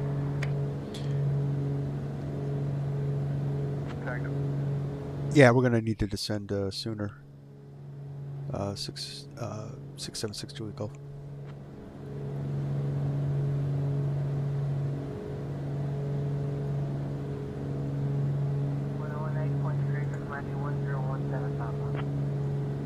Duke 6 Juliet Golf, descend and maintain 4,000 feet. Yeah. Juliet Kilo, climbing 1,500 feet. Descend and maintain 4,000 feet. Duke 6 Juliet Golf. Heading 315. NorCal departure 676 Juliet Golf, request 1800.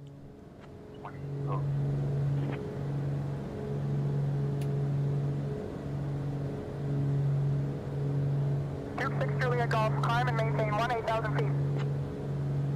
Climb and maintain 18,000 feet. Duke 6 Juliet. No. NorCal departure negative 1,800 feet for 676 Juliet Golf. Yeah, I think I screwed it up a little bit. Duke 6 Juliet Golf, say requested altitude. 1,800 feet, 676 Juliet Golf.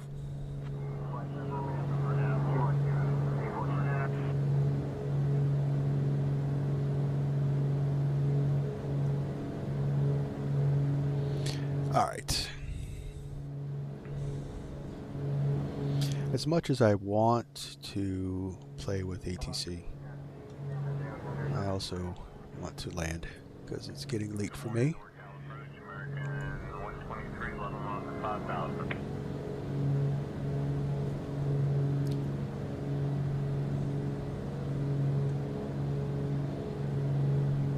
So we're gonna hand fly this.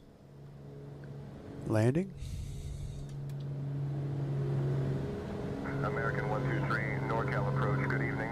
Mountain View, altimeter 2985. 2985, American 123. American 123, contact San Francisco Tower on 120.5. Because I wasn't paying attention and I think I screwed up the sequencing for the Tower on 124.0. Good day. Right on. get some trim in there. Slow down. Flaps 1. Gear down.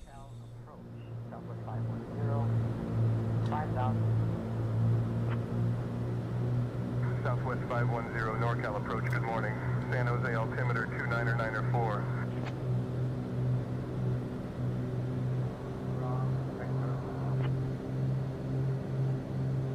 Go flaps full.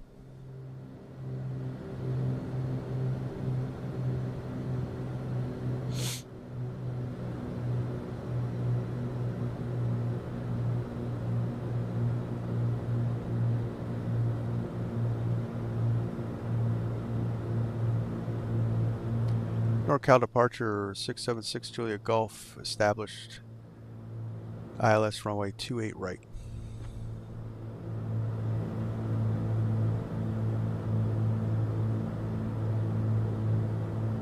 Duke 6 Juliet Golf, cleared ILS runway 28 right approach.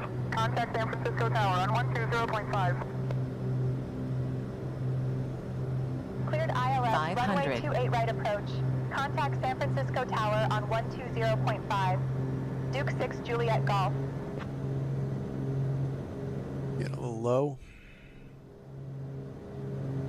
We're still good. You don't want to end up like San Francisco Tower, Duke 6 Juliet Golf, afternoon. Descending past 500. Duke 676 Juliet Golf, San Francisco Tower, roger, descend and maintain 500. Duke 676 Juliet Golf, San Francisco Tower, winds 325 at 10, runway 28 right, clear to land. Descend and maintain 500. Duke 6 Juliet Golf. a little bit of crosswind. Clear to land. Duke 6 Juliet Golf. And we fixed the ATC in the end. 309er at 13, runway 1 right, cleared for takeoff. Cleared for takeoff, runway 1 right, 6 Alpha Bravo.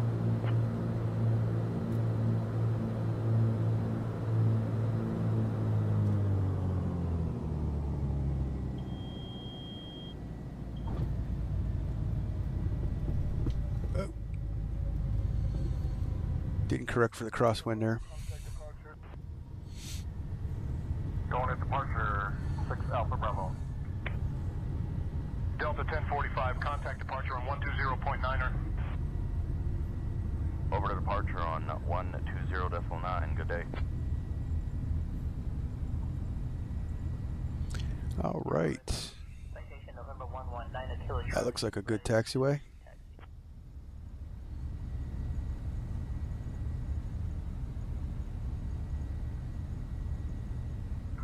Juliet Golf, welcome to San Francisco. Contact ground on 131.0.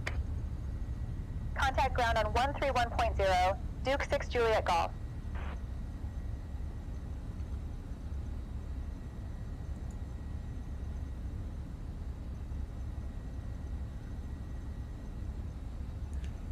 Laugh, I'll talk about short final landing clearance. Yeah, how about that? 300 feet? San Francisco Love ground, it. Duke 6 Juliet Golf. Afternoon. We're clear of runway 28 right and ready to taxi to the gate. All right, flaps up. And I did not do any pilot stuff, so there was no lights on. Parking via Lima, Charlie, cross runway 19er left, then cross runway 19er right, then uniform Zulu. Good day. General aviation parking via Lima Charlie, cross 19er left, cross 19er right, uniform Zulu, Duke 6 Juliet Golf.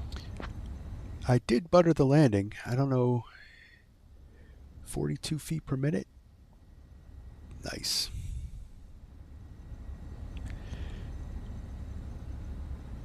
Yeah, JB, thank you. Thank you for chatting with the. It was great. Over to All right, so let's get over to parking. Beechcraft 5110. San Francisco ground, November 676 Juliet Golf would like progressive taxi.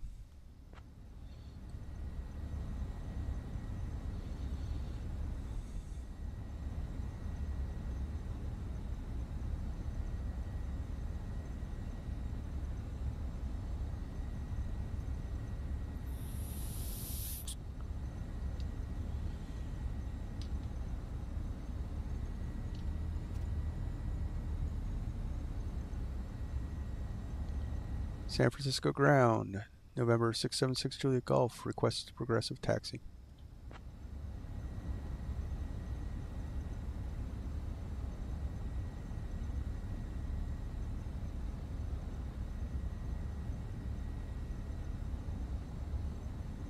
Duke 6 Juliet Golf, progressive taxi approved. Follow the taxi path. All right. 763, holding short runway 01 left.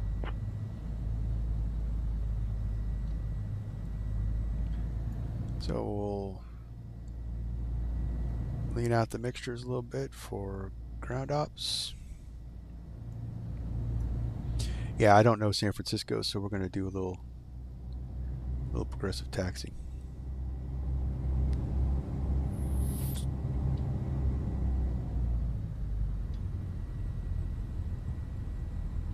JetBlue 763 is requesting takeoff, runway 01 left. JetBlue 763, runway 28 right. This is actually another feature of Say Intentions, the progressive taxi. They only work on taxi-tuned airports, Contact tower for takeoff clearance. but they do let you know if it's a taxi-tuned airport. With information, Kappa and clearance, ready to taxi IFR. Ground is Sky 333, ready for taxi.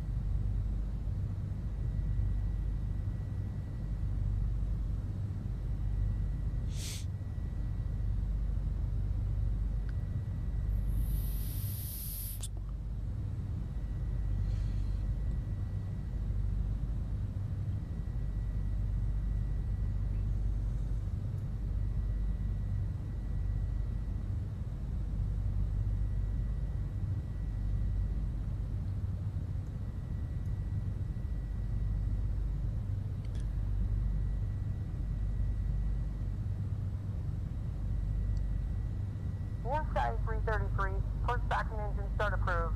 Advise when ready to taxi. Ground is Sky 333, ready to taxi. Oh, Ground is Sky 333, ready to taxi. San Francisco ground, Catbird 104 Bravo Delta. We are cleared of runway 28 right at Echo. Request taxi to gate Well, hopefully my my live stream isn't dead. Hold on. Hey, Delta 8.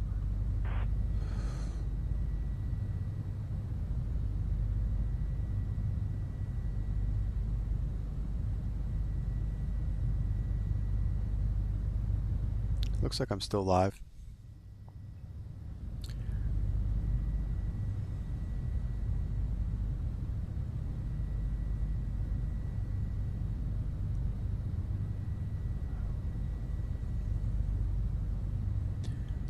Jeez. San Francisco is a very large airport.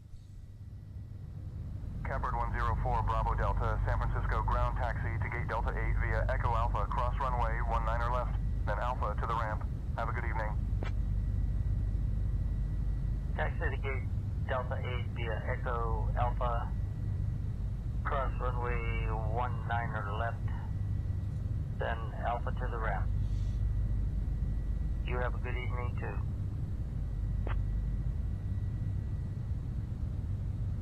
San Francisco ground, we are at our gate Delta 8, and we'll be All right. down. So, Have a good evening. Ground, this is Southwest 3184, ready for taxi. I think I'm going to just cut this short. Going in here.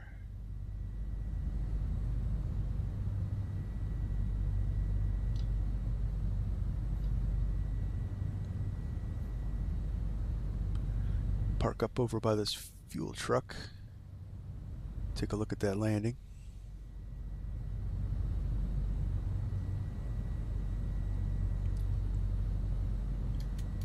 Brake on.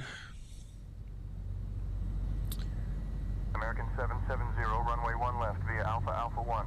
Contact tower on 120.5 when ready for departure. Tower, we're touchdown. Beach 95 Golf.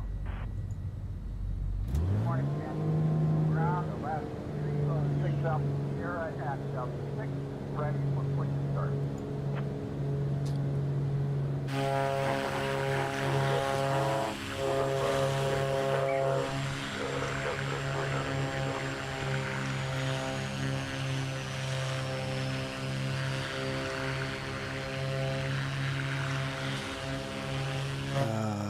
Let's see here.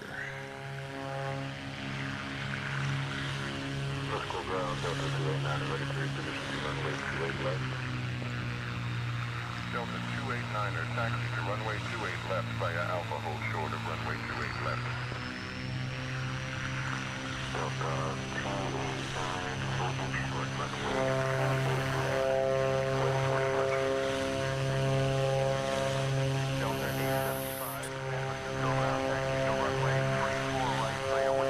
Yeah, so it came in a little low, but it'll look good. Hold short of runway 6 Bravo, then continue taxi at your discretion. Contact tower on 119.9er when ready for departure. And shut off ATC.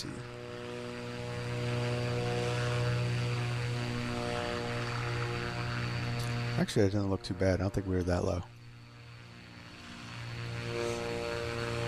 I did mess up the crosswind because I didn't kick the rudder over.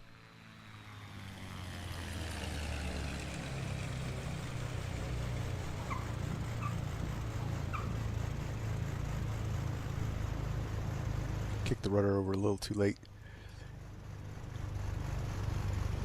All right. Let's run that back.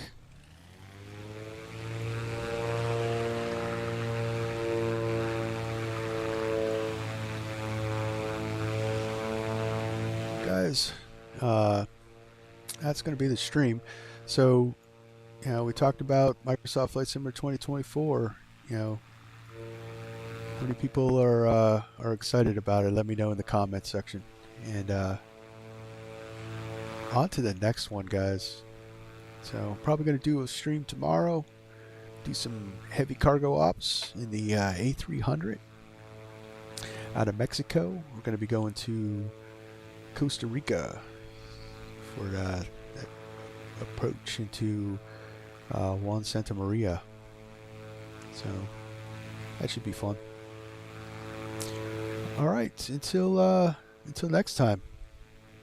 Clear skies, smooth landings. See ya.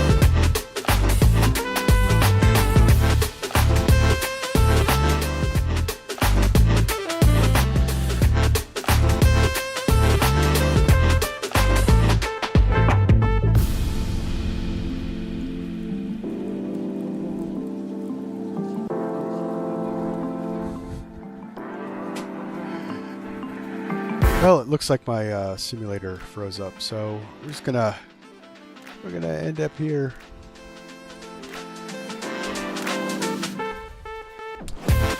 All right, guys. See you next time.